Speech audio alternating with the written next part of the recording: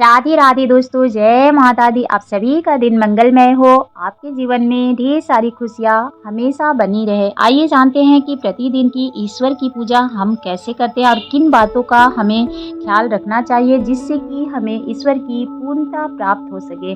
प्रतिदिन की पूजा तो सभी करते हैं, लेकिन कुछ कुछ छोटी छोटी गलतियों के कारण उन्हें पूर्ण फल नहीं प्राप्त होते। मैं प्रतिदिन की पूजा कैसे करती हूँ, इस वीडियो में आप ज़रूर देखें। मैं सबसे पहले तो अपने सुबह के नित्य कार्य करने के बाद, साफ सफाई के बाद मैं सबसे पहले स्नान करती हूँ। उसके बाद मैं प्रतिदिन पंचदेव की पूजा करती हूँ, जो कि हमारे हिंदू धर्म में भी ये वर्णित है कि पंचदेव की प्रतिदिन की पूजा जरूर करनी चाहिए। लेकिन जिनके पास बहुत कम समय होता है वो थोड़ी सी भी पूजा कर सकते हैं, लेकिन इतना ध्यान रखिएगा कि प्रतिदिन आप पूजा कर रहे हैं तो आपको कुछ बातों का विशेष ध्यान रखना है।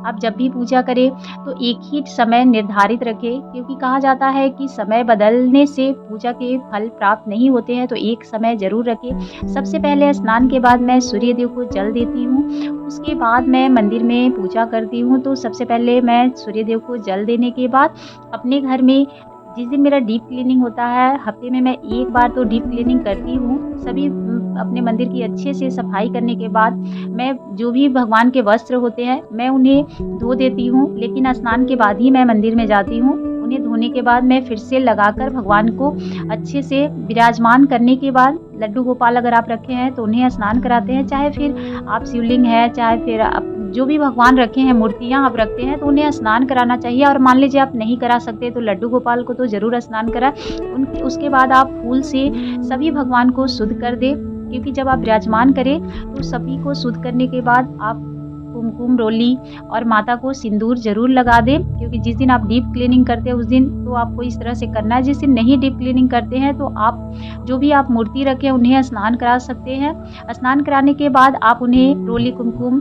सिंदूर लगा लें, माता को सिंदूर लगाएं और बाकी जो भी भगवान हैं उन्हें आप टीका लगा दें। तो इस तरह से करने के बाद अगर आपके पास फूल है तो भगवान को फूल जरूर अर्पित करें। अगर नहीं है तो कोई दिक्कत नहीं है, लेकिन मैं जिस दिन डीप क्लीनिंग करती हूँ पूरी कोशिश करती हूँ कि मैं फूल ज़रूर बाहर से मंगा लूँ, और नहीं तो कभी कभी पौधे में भी एक दो फूल खिलता है उससे भी मैं पूजा कर लेती हूँ। ऐसी कोई दिक्कत नहीं है कि मुझे प्रतिदिन फूल चाहिए, जो भी रहते हैं मैं कर लेती हूँ। प्रसाद में भी इतना ध्यान रखती हूँ कि कभी प्रसाद रहता है तो मैं ज़रूर भगवान को अर्पित करती हूँ, और कभी नहीं रहने से मैं ड्राई फ्रूट और ये ज़रूर रखती हूँ, मिश्री ज़रूर रखती हूँ, तो मैं वो भी ज़रूर देती हूँ। लड्डू गोपाल की थोड़ी सी विशेष पूजा की जाती है, अगर आप मूर्ति रखे हैं तो उनकी सेवा थोड़ी अलग हो जाती है। तो इस तरह से प्रतिदिन की सुबह सबसे पहले मैं पूजा कर लेती हूँ, उसके बाद ही अपने कोई भी कार्य करती हूँ। जब आप भगवान को विराजमान कर ले तो आप गंगा जल, मिश्रित जल जो होता है उनसे, फूलों से भगवान को स्नान करा देना चाहिए। लड्डू गोपाल को तो आप स्नान करा ले, जो भी मूर्ति रखे उन्हें आप स्नान करा ले, लेकिन बाकी जितने भी भगवान हैं सबको फूल से ही स्नान कराएं। स्नान कराने के बाद आपको टीका, रोली, कुमकुम लगा लेना है। लगाने के बाद फिर आपको जो भी प्रसाद है आप फूल चढ़ा दें। उसके बाद प्रसाद भी आप भगवान को जरूर भोग लगाएं, जो भी आपके पास हो। आप सभी देवी देवता को अलग अलग नहीं, एक जगह भी अगर आप भोग लगा देते हैं तो आप मन से प्रार्थना करते हैं भगवान के लिए कि सभी भगवान आके उस प्रसाद को ग्रहण करें। तो इतना बोल के आप प्रसाद को जरूर भगवान को अर्पित करें। उसके बाद आपको धूप दीप दिखानी है और आप पंचदेव की पूजा कर रहे हैं तो सबसे पहले तो आपको सूर्य देव को जब अर्घ दे तो ओम सूर्याय नमः भी बोल सकते हैं। उसके बाद आपको गणेश जी का ध्यान करके पूजा करनी है, क्योंकि सबसे पहले गणेश जी की पूजा होती है। तो आप गणेश भगवान की ध्यान जरूर करें, जिससे कि मन में तो शांति मिलती है, साथ में पूजा का पूर्ण फल प्राप्त होता है। तो उनका ध्यान करें। आप आरती भी गा सकते हैं, आपसे जितना समय हो उतना आप आरती जरूर कर ले।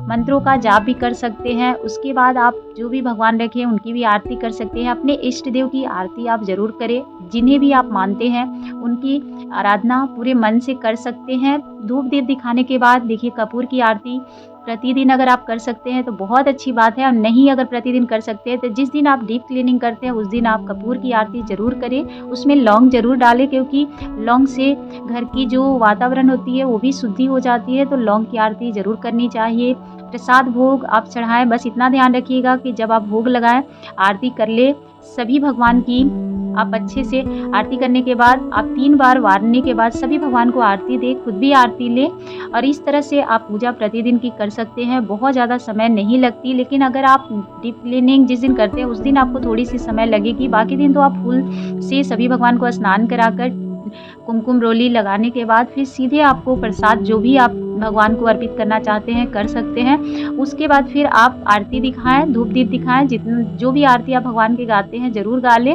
फिर प्रणाम करके अगर आप माला जाप करते हैं तो कर सकते हैं, आसन पे बैठ के ही करें। लेकिन जब भी कोई भी अगर आप चालीसा पाठ हो या मंत्रों का जाप है अगर करते हैं आसन लगा के तो इतना ध्यान रखिएगा कि जब आसन से उठे तो आसन के नीचे एक थोड़ी-सी जल नीचे करने के बाद उस जल को अपने माथे पे लगा लें, प्रणाम करें, उसके बाद ही आप अपने उठ सकते हैं वहाँ से। प्रसाद आप 10 से 12 मिनट में उठा सकते हैं, बहुत ज़्यादा देर नहीं छोड़नी चाहिए। 1 लोटा जल आप अपने मंदिर में हमेशा रखें, उसको अगले दिन ही उठाएँ। इस कुछ-कुछ बातों का ध्यान रखना पड़ता है।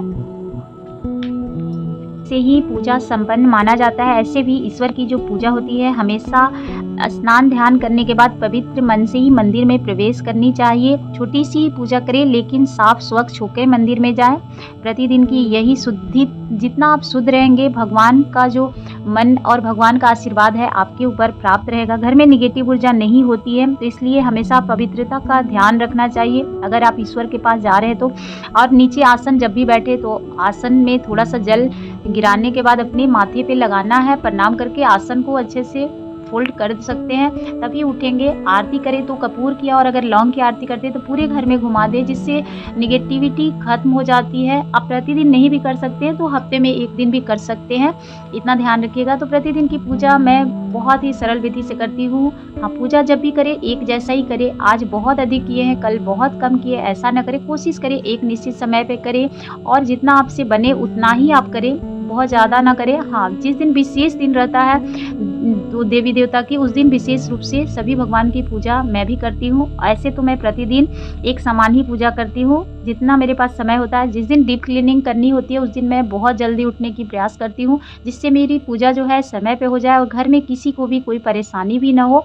तो अपना देख के ही पूजा करनी चाहिए, कभी भी किसी दूसरे की देख कर नहीं करनी चाहिए। आप जैसे करते आए हैं वैसे करें, क्योंकि हमारे घर में देवी देवता की पूजा तो सभी करते हैं, मतलब सभी के घरों में करते हैं। लेकिन हाँ, बस इतना माना जाता है कि पंचदेव की पूजा प्रतिदिन करनी चाहिए, जो कि आप सबसे पहले सूर्य को जल दें, उसके बाद गणेश भगवान की पूजा करें। माँ दुर्गा की अगर आप आराधना करते हैं तो उन्हें भी करें। शिव जी और विष्णु भगवान की भी पूजा की जाती है, जो कि पंचदेव में आते हैं। तो दैनिक पूजा इसी तरह की जाती है। शाम को आप आरती कर सकते हैं, बस शाम को आप घंटी मत बजाइएगा।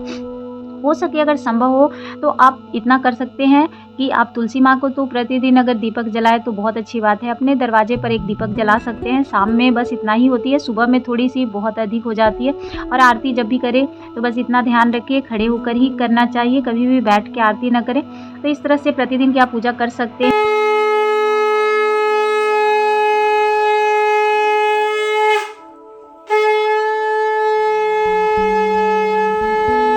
अगर आपको ये वीडियो पसंद आती है तो एक लाइक एंड सब्सक्राइब जरूर कीजिएगा। धन्यवाद। जय माता दी। आप सभी का जीवन में खुशियाँ बरकरार रहे।